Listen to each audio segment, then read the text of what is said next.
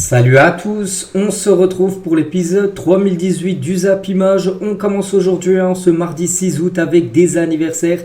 Et tout d'abord l'attaquant de l'équipe de France, il s'agit de Marcus Thuram, il fête aujourd'hui ses 27 ans, l'attaquant de l'Inter, on lui souhaite un très bon anniversaire. Il y a également Robin Van Persie, ancien très grand attaquant, donc il avait joué à Manchester, à Arsenal, il a joué bien sûr avec la sélection néerlandaise, où il avait le brassard, où il avait marqué en plus ce sublime but, peut-être son plus beau but en carrière, c'était en Coupe du Monde contre l'Espagne, où il a marqué un but en tête plongeante. Donc bon anniversaire, il fête aujourd'hui ses 41 ans, l'attaquant hollandais. Et un autre attaquant, c'est l'attaquant Gomis, ancien joueur de Saint-Etienne, de Lyon, même de Marseille. Il fête aujourd'hui ses 39 ans. Donc voilà, pas mal d'anniversaires de numéro 9, on peut dire, aujourd'hui, en ce 6 août. On continue, on va parler maintenant de ce qui s'est passé lors de la journée d'hier. Et hier, il y avait les demi-finales du tournoi olympique version homme. Et on commence tout d'abord avec l'équipe de France qui joue hier soir à 21h. Dans le Groupama Stadium, le stade de Lyon, contre l'Égypte. Et l'équipe de France s'est imposée 3-1. Donc l'équipe de France s'est fait peur parce que la France perdait 1-0. Donc ils ont réussi à égaliser grâce à Mateta à la 83e minute du match. Il restait plus que 7 minutes, sinon voilà, ça aurait été élimination. Du coup, ça allait en prolongation. En prolongation, l'équipe de France a su marquer 2 nouveaux buts. De nouveau, Mateta qui a marqué un doublé. Et Michael Olise, voilà 3-1. Et après, le score n'a plus bougé. Et c'est comme une victoire logique de l'équipe de France. Parce que j'ai regardé le match. L'équipe de France aurait même pu plier le match au bout des 4 à 10 minutes de jeu. Au vu de nombre d'occasions qu'ils ont pu avoir, les Français. Donc 56% de possession de balle. Les tirs, le double de tirs pour l'équipe de France. 31 frappes pour les Bleus contre 15 pour l'Égypte. 4 tirs cadrés pour l'Égypte et 9 tirs cadrés pour l'équipe de France. Donc voilà, logiquement, l'équipe de France accède à la finale de ces Jeux Olympiques. Donc un match du rêve parce que en finale, il ne reste plus qu'un match maintenant. Déjà, l'équipe de France est assurée d'avoir une médaille, soit or, soit argent. Et bien sûr, l'objectif, c'est la médaille d'or gagnée. Ces Jeux Olympiques. Et 40 ans après, la France est en finale des Jeux Olympiques parce que la France a déjà atteint une finale des Jeux Olympiques gagnée. C'était en 1984. Il y avait, je me souviens déjà, l'Euro remporté par l'équipe de France. Le premier Euro, le premier gros trophée de l'histoire de l'équipe de France.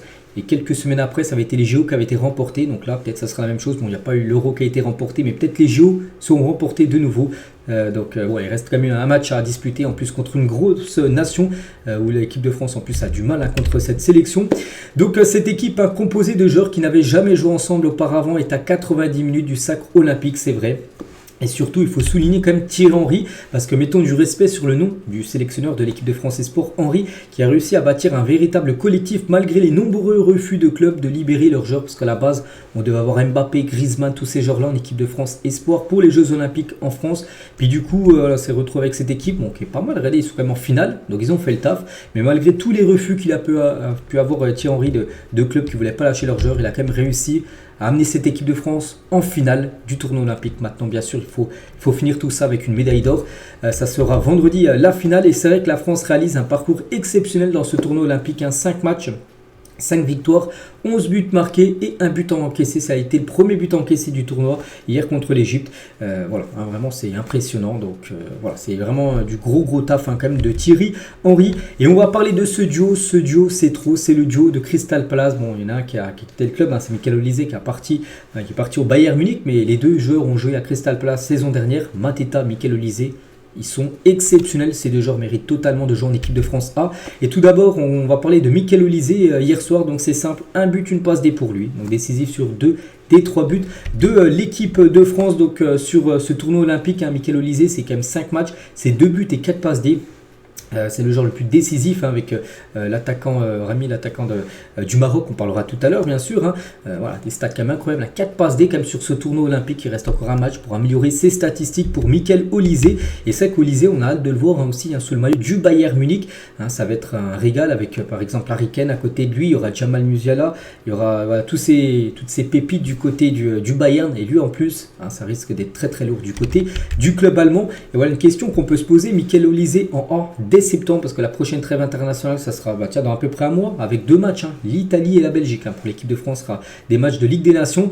Est-ce que c'est la suite logique? Oui, total. Parce que, mais pas que Deschamps, même s'il n'est pas présent, c'est pas le sélectionneur, il doit regarder bien sûr les matchs de l'équipe de France.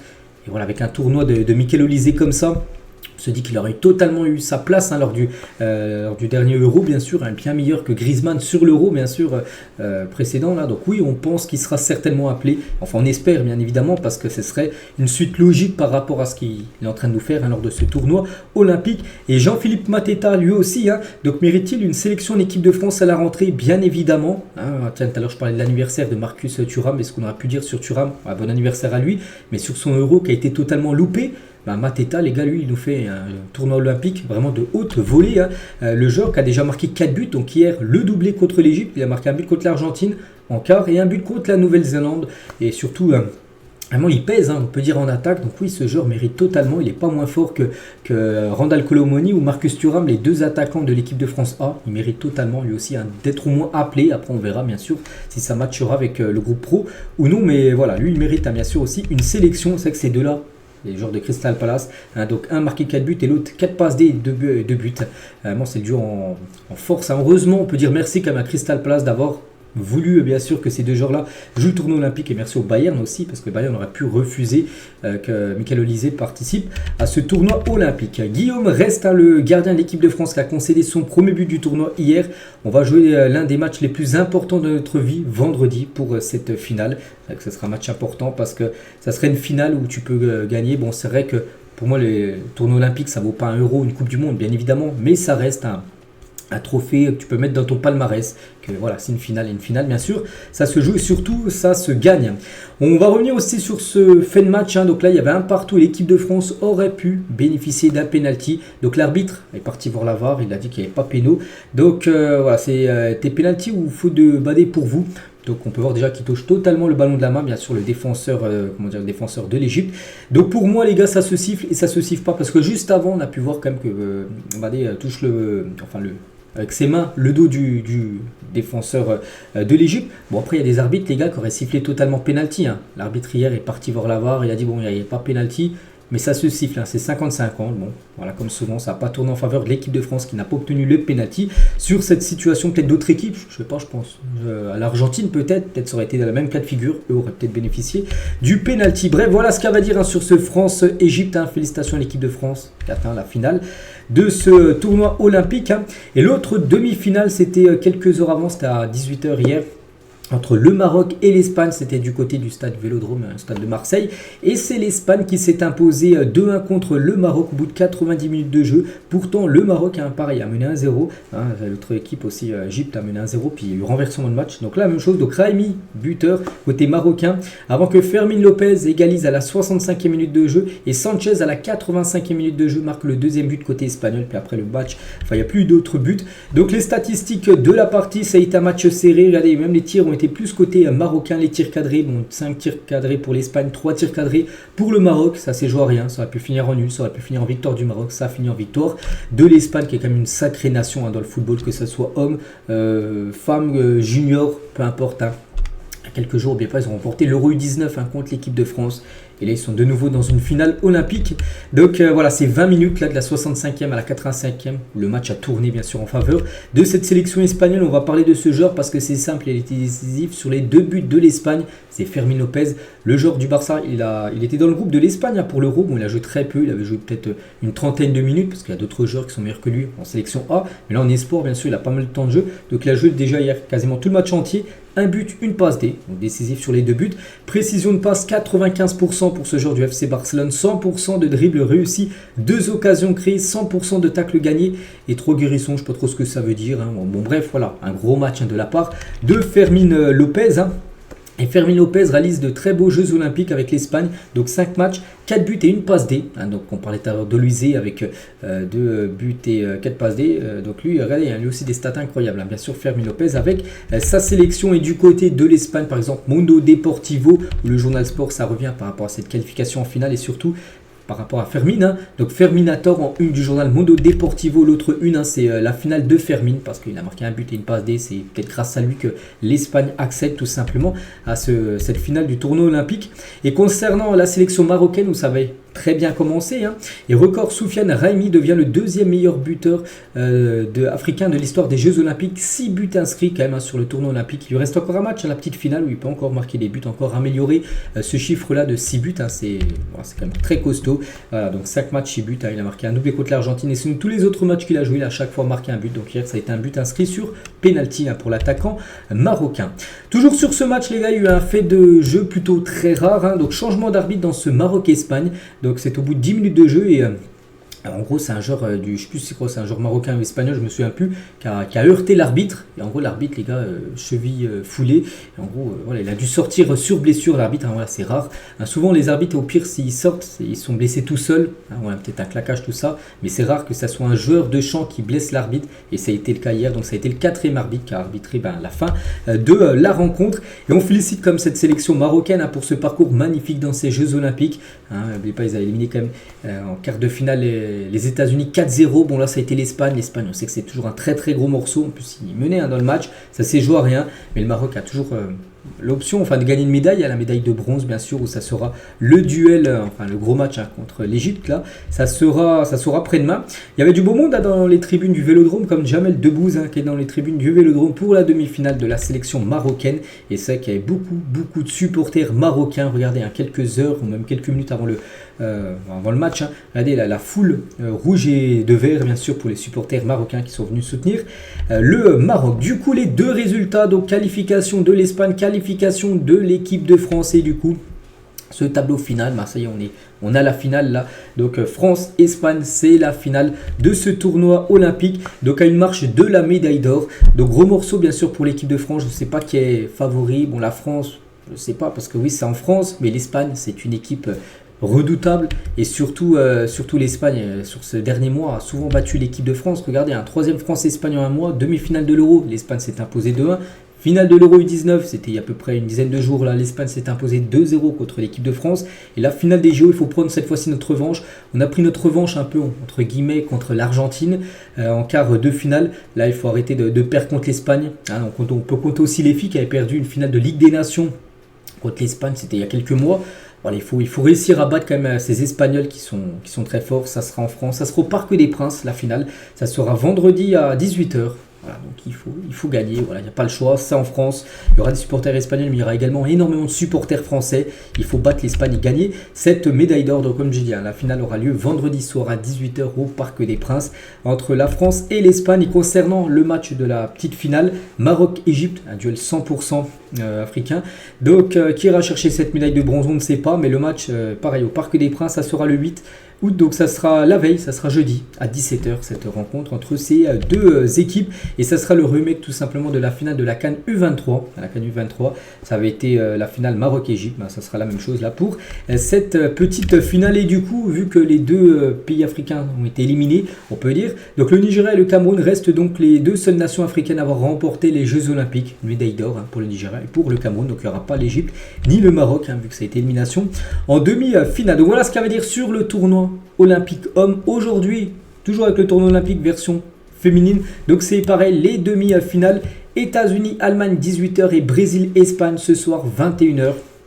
Alors donc on parlera demain bien sûr des résultats. Donc l'équipe de France, elles sont fait éliminer contre le Brésil en quart de finale à 0. Elles sont énormément déçues comme souvent les Françaises. Donc bonne chance bien sûr, ça peut faire peut-être un Espagne, je les vois bien déjà.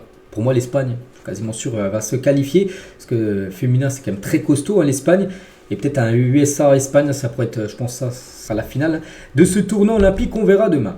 Bref, on continue, on va parler maintenant, on revient sur le football homme et on va parler de la Ligue des Champions parce que regardez, ce soir, c'est le 3e tour préliminaire et il y a une équipe française qui joue ce soir à 20h30, Lille contre le Fenerbahçe qui a éliminé Lugano, une équipe suisse, lors du le 2e tour, donc là c'est le 3e tour. Donc Lille-Fenerbahçe, premier match, il y aura le match retour semaine prochaine, cette fois-ci qui sera à Istanbul dans le stade du Fenerbahçe. On peut voir aussi les autres rencontres. Donc le groupe convoqué, voilà le groupe du LOSC hein, face au Fenerbahçe pour leur tour préliminaire de la Ligue des Champions. Donc voici tous les joueurs appelés. Donc Thiago Santos, Benjamin André, Diakité, Jonathan David ou même Rémi Cabella. Ils sont tous présents pour cette rencontre. Et à noter, il y aura seulement 12 000 spectateurs, hein, ça va quand même peu, seront présents au stade du Hainaut, déjà dans le stade de Valenciennes, parce que dans le stade de Lille, il y a toujours des matchs de basket, des Jeux Olympiques, donc tu ne peux pas jouer. C'est pour ça que ce match aura Dans le stade de Valenciennes, voilà, normalement il y a 25 000 places. Dans ce stade-là, il y aura seulement 12 000 places, moitié, on peut dire. Les autorités ont limité le nombre de spectateurs en raison du risque d'incident. Et surtout, les forces de la police est surtout focalisée sur la protection du stade Pierre-Mauroy pour les Jeux Olympiques. Donc c'est pour ça qu'ils ne pouvaient pas ramener aussi énormément de monde pour sécuriser ce stade. C'est pour ça qu'il y aura seulement 12 000 supporters ce soir présents dans les tribunes de ce stade du Hainaut. Et en cas de qualification, bon, il y a un match aller, match retour, mais si Lille s'impose et arrive à éliminer le Fenerbahçe, Lille connaît déjà l'un de ses adversaires pour les barrages, ça sera soit l'Union Saint-Gillois, soit le Slavia Prague en cas de barrage pour les Lillois, si bien sûr ils arrivent à battre le Fenerbahçe. Donc là aussi ça sera un autre match, un autre troisième tour, mais on connaît déjà potentiellement les barrages. Et là si Lille par exemple bat le Fener et bat soit Saint-Gillois, soit Slavia Prague, ils seront officiellement qualifiés en phase de poule de Ligue des Champions. On est encore très très loin, il reste 4 matchs bien sûr à disputer, enfin déjà 2, voire 4. Donc c'est loin. Concernant Lens aussi, ils connaissent leur futur peut-être adversaire. Donc Lens qui est qualifié pour les barrages de la Ligue Europa Conférence. C'est pas sûr qu'ils participent à cette compétition et vont jouer les barrages. Donc le Racing Club de Lens affrontera le vaincu du duel qui oppose le Panathinaikos et l'Ajax Amsterdam. Donc là aussi il y aura 2 matchs entre l'Ajax et cette équipe du Panathinaikos. Donc le perdant jouera contre Lens lors d'un match aller et match retour pour se qualifier pour la Ligue Europa Conférence. Donc le 22 août, ça sera le match aller à Bollaert et le 29 août prochain, ça sera le match retour à l'extérieur, soit l'Ajax, soit du côté du Panathinaikos. Concernant Chelsea aussi qui joue les barrages aussi de la Conference League un peu comme Lens, donc eux aussi connaissent leur adversaire. Ils affronteront soit Braga ou soit l'équipe de Servette, une équipe suisse. Match aller à Stamford Bridge et le match retour le 29 août prochain, soit au Portugal, soit en Suisse. On continue donc dans maintenant 8 jours, il y a la finale de la Super Coupe d'Europe entre le Real Madrid et l'Atalanta Bergame. Et concernant cette équipe de Bergame, gros coup dur. Pourquoi? Parce que terrible nouvelle pour Gianluca Scamacca, victime d'une rupture du ligament croisé antérieur du genou gauche. Terrible, il y a eu cette blessure lors d'un match amical avec l'Atalanta, un match de pré-saison. Le joueur italien manquera ainsi la finale de la Super Coupe d'Europe face au Real et vraisemblablement le reste de l'année 2024. Voilà, il devrait être absent pour les 6 voire 7 prochains mois, affirme Fabrizio Romano. On lui souhaite tout d'abord un très bon rétablissement, donc forfait bien évidemment pour le match la semaine prochaine. C'est un gros coup dur parce que Scamacca, c'est un attaquant qui a fait une énorme saison dernière avec l'Atalanta et il sera pas là. Donc voilà, ça c'est une catastrophe on peut dire pour l'équipe de Bergame. Et du coup l'Atalanta pense à Anthony Martial qui est ciblé par l'Atalanta suite à la blessure de Scamacca. LOSC fait partie de ses options, tout comme des clubs du Brésil, des Émirats ou de MLS qui s'intéressent également à Martial. Il n'est pas intéressé par un transfert à Marseille ou au Beşiktaş. Donc voilà, peut-être il sera le remplaçant de Scamacca du côté de l'Atalanta. Anthony Martial qui est toujours actuellement libre, il peut s'engager où il le souhaite, le joueur français. On continue, on va parler maintenant du Paris Saint-Germain et ça y est, on peut enfin dire officiel du côté du PSG parce que moi tant que c'est pas officiel, même si c'est Erigo tout ça, rien n'est officiel bien sûr, mais voilà, quand c'est le PSG qui dit ça y est officiel, João Neves rejoint le PSG. Donc pour 5 saisons jusqu'au 30 juin 2029, ça y est c'est fait, João Neves a été acheté par le PSG, 60 millions d'euros plus 10 millions de bonus. Je trouve quand même que c'est un gros coup réalisé par le PSG. Pourquoi? Parce que depuis pas mal de semaines, je parlais quasiment tous les jours les gars de ce transfert sur ma chaîne Business PSG. Et à chaque fois je disais le Benfica intransigeant, ils veulent la clause libératoire levée qui est de 120 millions d'euros. Et du coup, c'est même pas 120, c'est même 50 millions de moins, si on prend les bonus compris. C'est 70 avec le bonus. Donc voilà, gros coup du PSG pour ce jeune joueur de 19 ans. Donc c'est la deuxième recrue officielle du PSG après Safonov qui a rejoint le Paris Saint-Germain, le gardien russe. Là, c'était en tout début mercato, mi-juin à peu près.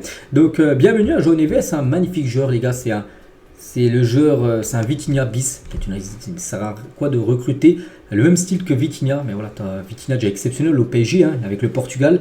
Et ben c'est à peu près le même rôle, tu auras 2 joueurs du même style. Et ça ne sera pas trop parce qu'il y aura beaucoup de rotation du côté du PSG. Tu vas rajouter avec un Fabien Ruiz, avec un Zeremri au milieu de terrain. Vraiment très belle recrue, vraiment un mercato intelligent là du PSG avec ce genre de joueur. Donc il portera le numéro 87 du côté du PSG. Le jeune João Neves, le milieu de terrain du PSG en ce 5 août. Donc Vitinha, Neves, Zeremri, Fabien Ruiz, Carlos Soler, Moscardo. Moscardo qui est un joueur qui arrive en janvier. Il avait été prêté 6 mois à Corinthians. Mais là c'est un jeune joueur, il a 18 ans brésilien. c'est un milieu de terrain, et Emen Kari. Et concernant Ugarte et Tcherendour, eux seraient plutôt sur le départ. Carlos Soler aussi devrait quitter le PSG. Donc voilà pour l'instant le milieu du PSG. Un autre milieu devrait normalement débarquer avant la fin du mercato. Mais voilà, pour l'instant c'est quand même pas mal ce milieu parisien. Et la Liga Portugal, ou le championnat de prédilection du PSG depuis quelques saisons, parce que le PSG adore aller chercher les meilleurs talents du côté de la Liga portugaise, comme Neves, voilà, Gonzalo Ramos, Ugarte, qui avait été recruté l'été dernier du Sporting 60 millions d'euros, Vitinha, Nuno Mendes du Sporting, ou Tcherendour qui est arrivé du Benfica libre. Donc voilà, nouveau joueur du championnat portugais. Et surtout, c'est avec le Benfica que le PSG arrive souvent à négocier. On peut voir Tcherendour, on peut voir Ugarte, enfin non, plutôt Ramos ou même Neves bien sûr. Donc voilà. Et concernant Neves, comme je dis, donc 60 millions plus 10 millions de bonus. Donc il devient le 9e recrue la plus chère de l'histoire de la Ligue 1 dans ce top 10 où il y a seulement des joueurs du PSG. Là c'est la Ligue 1 complète. Il n'y a que des joueurs du PSG. Donc le premier bien sûr Neymar 222, Mbappé 180 et Kolo Muani 95 millions d'euros. Énorme flop quand même Kolo Muani par rapport au prix. Donc Neves tu le classes 9e, 59,9 millions. Bon il est quasiment au même niveau que Ugarte. Voilà, les 10 plus gros transferts de l'histoire de la Ligue 1. Et concernant cette fois-ci le Benfica qui vend très très bien ses joueurs, les plus grosses ventes du Benfica, bonus compris. Et Neves se classe ici, João Neves 70 millions d'euros, juste un peu moins que Ruben Dias quand il avait quitté Benfica pour la City, 71. Donc le plus gros transfert quand même du Benfica, ça a été 126 millions d'euros que vous avez réussi à le vendre João Félix du côté de l'Atlético. On peut dire il a floppé, regardez, il a été encore prêté au Barça saison dernière. Donc voilà, le Benfica les gars, niveau achat-revente ou même niveau joueur qui sort du centre de formation, ils arrivent à faire d'énormes plus-values cette équipe portugaise. Et le journaliste de PSG TV a demandé à João Neves quelle était sa légende préférée du côté du PSG. Il a tout simplement dit Marco Verratti. Il a un peu le même style de jeu que Marco Verratti, tiens ce João Neves, il a participé à son premier entraînement hier avec son collègue Vitinha. Donc on a hâte de voir ça du côté du Paris Saint-Germain. Et c'est pas fini parce que là c'est la deuxième recrue officielle et le PSG, on a l'impression ça y est. Un lundi c'était une nouvelle semaine hier. Et là ils ont commencé à passer la deuxième au mercato parce qu'un nouveau joueur est imminent. Il y a le Here We Go de Fabrizio Romano. Il y a des transferts comme Neves où ça a pris quasiment plus d'un mois et demi à se faire. Il y a des transferts où ça se fait des fois en 24 heures. Voilà, parce que lui, ce jour-là, il n'y avait encore aucune rumeur. Il y a encore 2 jours. Et depuis hier, énorme info, puis ça y est, même le Here We Go de Fabrizio Romano. Il s'agit de William Pacho, défenseur équatorien de Francfort. Très bon joueur les gars. C'est un joueur un peu à la style de Lucas Hernandez qui a une grosse grinta sur le terrain qui lâche rien. Donc voilà, ce joueur va rejoindre le PSG. Montant du transfert 40 millions d'euros plus bonus. Le défenseur central va signer 5 ans du côté du PSG.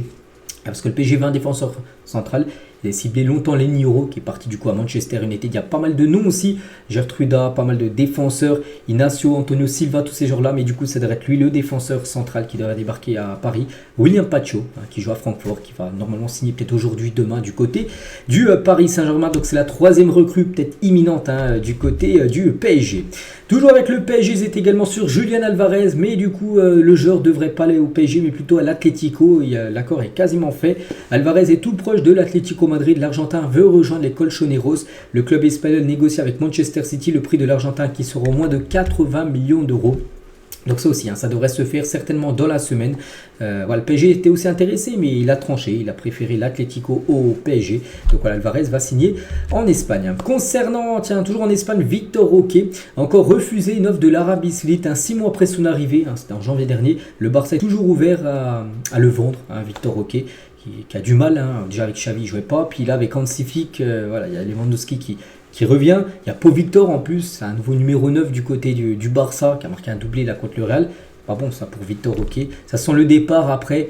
Lui en gros il aimerait pas aller en Arabie Saoudite mais il aimerait encore continuer en Europe, le jeune joueur du FC Barcelone. D'autres transferts, Hans Ateboer devrait signer au Stade Rennais pour 2 millions d'euros. Le Néerlandais devrait paraffer un contrat de 2 ans. Regardez, il est même arrivé du côté de Rennes pour passer sa visite médicale. Donc si tout est ok dans la journée, ça sera officiel. Concernant un autre joueur aussi qui est arrivé à destination, c'est Valentin Carboni. Il vient d'arriver sur Marseille, c'était hier à 15h, je l'avais dit hier en plus qu'il est arrivé dans l'après-midi à Marseille. Regardez, c'est une photo. Il est arrivé, donc il a passé sa visite médicale. Je pense qu'aujourd'hui, les gars, ça sera officiel. S'il a passé tout ça hier, signé son contrat, je pense qu'aujourd'hui, le lendemain, ça doit être officiel. Et Carbonnier est prêt à démarrer une nouvelle aventure avec l'OM. Je suis prêt à rejoindre l'Olympique de Marseille. J'ai hâte. Je veux faire de mon mieux pour le club. Donc, ça doit être un prêt payant d'1 million d'euros que Marseille va payer à l'Inter. Et Marseille aura une option d'achat en l'été 2025. Soit ils paieront 35 millions d'euros, ils l'achèteront définitivement. Ou soit il retournera du côté de l'Inter Milan. Tiens, toujours avec Marseille officiel, l'OM présente son nouveau 3e maillot. Voilà, c'est officiel. Ça sera un maillot de couleur orange pour l'Olympique de Marseille, le 3e maillot pour cette équipe phocéenne. Et concernant un autre 3e maillot d'une autre équipe, c'est le club de Lille qui dévoile son nouveau 3e maillot, un très beau maillot avec New Balance Boulanger et avec des carrés là, voilà, de couleur gris et de couleur noire. On va parler de l'AS Monaco qui affronte le FC Barcelone cette semaine en match amical. C'est dimanche soir, c'est du côté du stade Montjuic, le stade du FC Barcelone. Donc déjà le Barça, la nuit prochaine, il y a un Barça-Milan. C'est aux États-Unis, je ne sais plus trop où. Je ne sais plus exactement la ville aux États-Unis, bref. Et après, dès que le match est fini, donc ils reviendront le lendemain à Barcelone pour préparer le trophée Gamper, ça s'appelle comme ça, dimanche entre le Barça. Et bien sûr, l'équipe de Monaco, puis la semaine d'après, le Barça, premier match de la nouvelle saison de Liga, ils se déplaceront du côté de Valence. Le Stade Rennais propose 28 millions d'euros plus bonus à Watford pour Yasser Asprilla, donc un défenseur colombien. Bon, je sais pas si c'est défenseur, je dis défenseur, j'en sais rien, c'est même pas marqué, peut-être, ou peut-être milieu, peut-être attaquant, je ne sais pas, mais voilà, ce joueur, les gars, est pisté par le Stade Rennais. Officiel, Schleswig Bremer prolonge jusqu'en juin 2029 du côté de la Juventus Turin. Donc ça c'est un bon coup réalisé bien sûr par la Juve parce qu'il y avait pas mal de rumeurs par rapport à un départ. Du coup il prolonge. Bon après c'est pas qu'il prolonge, qu'il reste à coup sûr, mais s'il venait à partir il coûterait plus cher vu que maintenant il a un contrat plus long. Les 17 villes proposées pour accueillir la Coupe du Monde 2030 qui devrait se jouer au Maroc, en Espagne et au Portugal. Donc voilà tous les lieux où devrait avoir des matchs. Donc à Barcelone, il devrait y avoir bien sûr le Santiago Bernabéu normalement où devrait être la finale de la Coupe du Monde 2030. À Barcelone il y aurait au moins une demi-finale. On peut avoir aussi des stades comme le stade de Marrakech, de Casablanca, même de Rabat, du côté du Maroc bien sûr pour des matchs qui accueilleront des rencontres de Coupe du Monde. Officiel, Xavi Simons, 21 ans, est prêté au RB Leipzig en provenance du PSG. Ça y est, c'est fini le dossier Xavi Simons. Ça y est, repart en prêt du côté du RB Leipzig où il avait été prêté saison dernière. Il y avait un long feuilleton, est-ce qu'il allait revenir au PSG, est-ce qu'il allait partir au Bayern Munich, et le Barça également intéressé. Même Manchester le voulait, Manchester United, du coup il repart en prêt du côté du RB Leipzig, donc un an sans option d'achat et le PSG le vendra lors de l'été 2025. Et bien toujours avec Xavi Simons, qu'on parle de lui à l'époque quand il était en U15 en 2018, il y avait eu un Pays-Bas-Allemagne, il jouait face à Florian Wirtz maintenant qui performe du côté du Bayer Leverkusen. Johan Le Penant va s'engager en prêt avec option d'achat avec le FC Nantes. Cette option d'achat s'élève à 2,5 millions d'euros, lui qui joue très peu du côté de Lyon, il va filer du côté des Canaries. Concernant l'Olympique de Marseille, l'OM a besoin d'un nouveau gardien parce que l'OM a entamé des discussions avec l'Ajax pour recruter Rulli, le gardien argentin qui a gaulé lors du match Argentine-France il y a quelques jours des Jeux Olympiques. Les négociations ont commencé entre toutes les parties, entre Marseille et l'Ajax concernant le gardien qui a dit oui à l'OM pour rejoindre ce club. Je crois qu'à l'époque, Rulli il était à Montpellier si je ne me trompe pas. Donc il pourra revenir dans le sud de la France cette fois-ci à l'Olympique de Marseille parce que l'OM va vendre Paul Lopez. Et voilà, l'Ajax demande 8 millions d'euros pour lâcher Rulli. C'est que Marseille a recruté des attaquants, des milieux, des défenseurs comme Cornelius. Maintenant, il faut s'occuper du poste de gardien de but parce que Paul Lopez devrait quitter l'OM et surtout que la doublure, Ruben Blanco, le deuxième gardien, en gros, il s'est blessé. La blessure de Ruben Blanco est sérieuse, ce qui amène Mehdi Benatia à rechercher un nouveau gardien numéro 2. Donc un nouveau numéro 1 qui devrait être Rulli et peut-être un numéro 2 pour être recruté également du côté de Marseille. En plus de Rulli, plusieurs gardiens de Ligue 1 et à l'étranger sont ciblés. Il y a un nom, les gars, il s'agit de Moridio, qui est le gardien sénégalais de Clermont. Sur la shortlist de l'OM, le Sénégalais a déjà donné son accord au club phocéen. Marseille doit maintenant se mettre d'accord avec Clermont. Donc lui, le joueur souhaite absolument rejoindre Marseille. Voilà, donc il pourrait être la doublure, peut-être le numéro 1, c'est meilleur que Rulli, j'en sais rien qui est le meilleur entre lui et Rulli, je sais pas. Voilà, deux gardiens pour arriver à Marseille, parce que Paul Lopez va partir et que Ruben Blanco est blessé, la doublure. Et voilà, concernant Moridio, il y a quelques années, parce que ce gardien, regardez, c'était en 2012, il y a plus de 12 ans, il a été formé au PSG, on peut le voir avec le maillot du PSG, il a dit moi je joue au PSG, mais je suis pour Marseille, et à Marseille je dirais aller l'OM, et à OM PSG, Giro Vélodrome, donc voilà, il était formé au PSG, mais c'est quelqu'un qui qui est toujours pour Marseille en gros, donc c'est pour ça que lui serait très content de rejoindre l'Olympique de Marseille, ce gardien sénégalais. Toujours tiens du côté de l'OM, on va parler d'un tout jeune joueur, jeune pépite de l'OM, Enzo Sternal va prolonger jusqu'en 2027. Roberto De Zerbi apprécie son profil et veut faire de l'international U17 français un joueur de rotation cette saison, un joueur qui joue, je crois, il doit jouer milieu de terrain, qui rentrera dans les milieux de terrain du côté de l'OM en rotation, peut-être pas tout le temps titulaire, mais on les rentrera en fin de match. Voilà, ce jeune joueur tout jeune, il joue avec le 17, donc voilà, c'est qu'il doit être même pas encore majeur. On continue, on va parler de Mathieu Valbuena, des nouvelles du joueur qui a quand même 39 ans et il s'engage du côté du FC Athènes Kalitea. Donc c'est une équipe promue en première division grecque, c'est en deuxième division, il monte saison prochaine en première division. Donc le français a fait un joli périple depuis son départ de Lyon en 2017. Donc il a joué au Fenerbahçe de 2017 à 2019, ensuite à l'Olympiakos de 2019 à 2023, ensuite à l'Apollon Limassol dans le championnat chypriote, et là il revient en Grèce du côté de cette équipe. Voilà, Mathieu Valbuena, des nouvelles de l'ancien joueur de l'équipe de France. Concernant Niklas Füllkrug, j'ai encore parlé hier, j'ai dit que c'était imminent son transfert à West Ham, ça y est, c'est fait. Quitte Dortmund et signe à West Ham, montant du transfert 26 millions d'euros plus 4 millions de bonus, donc un transfert à 30 millions d'euros si on prend le bonus compris. Voilà, c'est quand même un très beau coup réalisé par Dortmund. Pourquoi? Parce que l'été dernier, il avait acheté 17 millions d'euros au Werder de Brême. Donc il plante 16 buts, dont 2 buts très importants, Ligue des Champions, plus 10 passes D. Voilà, comme grosse saison pour lui. Il est revendu 27, c'est même 30 si on rajoute les bonus l'été suivant. Donc voilà, en gros, ils ont fait une énorme plus-value, quasiment 13 millions d'euros. Il a marqué pas mal de buts en un an. Donc voilà, ça a été une grosse réussite du côté de Dortmund. Bonne chance à lui du côté de la Première Ligue. Officiel, 8 ans après son départ, Renato Sanchez, 26 ans, fait son retour au Benfica en prêt. Il est toujours très jeune, 26 ans, toujours très très jeune, bien sûr. Renato, où il avait explosé, on se souvient, au Benfica, où il avait été énorme lors de l'Euro 2016, où il avait gagné la compétition. Il avait été transféré dans la foulée au Bayern. Après, ça a été compliqué. Pourquoi? Parce que déjà, il joue au Bayern, énorme concurrence. Puis après, il y a eu aussi les blessures qui l'ont beaucoup touché. Il est allé au PSG, il est allé à Swansea en Angleterre, il est parti à l'AS Roma, partout beaucoup de blessures. Et du coup, il revient dans son club de base, en gros. L'équipe du Benfica, en espérant que ce contexte qu'il connaît déjà l'aide à se sortir de ses blessures, bien sûr. Donc, bonne chance à Renato. Kevin Durant a visité le campus PSG ce lundi hier. Donc Kevin Durant, c'est un très grand basketteur de la NBA. Donc la star de la NBA était là. Donc le basketteur pourrait collaborer avec le club de la capitale à l'avenir. On prend un partenariat. Et par ailleurs, il a signé des autographes et rencontré les joueurs et le staff du côté de Paris. Donc voilà, c'était hier à l'entraînement. On peut voir Luis Campos, Luis Enrique, Nasser et Kevin Durant au centre d'entraînement du côté du PSG. Regardez actuellement des hausses partout, presque l'évolution des abonnements par rapport à la saison dernière. Par exemple, je ne sais pas si on prend Angers, la saison dernière avait 2800 abonnements, puis là on peut voir que ça passe à 4500. Bon, après Angers est en Ligue 2, il monte en Ligue 1, donc bien sûr il y a plus de monde qui sont choix à s'abonner, surtout qu'Angers retrouve la Ligue 1. On peut voir Auxerre aussi qui a gagné de 9500 abonnés saison dernière, là ils sont déjà à 12 000. Bon, il y en a qui sont en rouge, c'est-à-dire qui descendent, comme Montpellier qui en avait 8600 la saison dernière, et là c'est seulement à 5600. Voilà. Nantes aussi, Nice aussi, 16 000, et pour l'instant il y a seulement 10 000 abonnés. Où il y a le plus d'abonnés, c'est quand même du côté de Marseille. L'année dernière il y avait 48 000 et là il y en a 48 700 abonnés. Déjà, c'est-à-dire au moins à chaque fois 48 700 abonnés quasiment sûrs du côté des matchs de Marseille à Paris. Donc c'est où le PSG? C'est là, donc il y a 36 000 et c'est encore 36 000. Je crois que c'est les abonnements, tu peux pas plus. C'est déjà un quota de 36 000 parce que le Parc des Princes a 47 000 places, donc les 11 000 places c'est les places en gros qui s'achètent directement, on peut dire à la billetterie. Donc voilà, par rapport à l'évolution des abonnements. On continue, tiens, on va parler d'une info avec Chelsea, et concernant ce joueur, il s'agit de Samu Omorodion, donc c'est un jeune joueur de 20 ans, ce joueur qui avait été prêté à l'Aves saison dernière par l'Atlético. Chelsea va poser 50 millions d'euros pour recruter ce joueur espagnol. Un joueur, bon, j'ai déjà entendu parler de lui. Après, ce qui coûte 50 millions d'euros, j'en sais rien, mais voilà, c'est Chelsea qui va mettre cette somme d'argent là. On sait que Chelsea met beaucoup d'argent sur pas mal de joueurs, et en plus de débourser plus de 50 millions d'euros pour le jeune Samu Omorodion au poste de buteur, Chelsea pourrait également signer Victor Osimhen cet été, que le PSG est en stand-by, donc Chelsea pourrait également passer à l'action concernant Osimhen.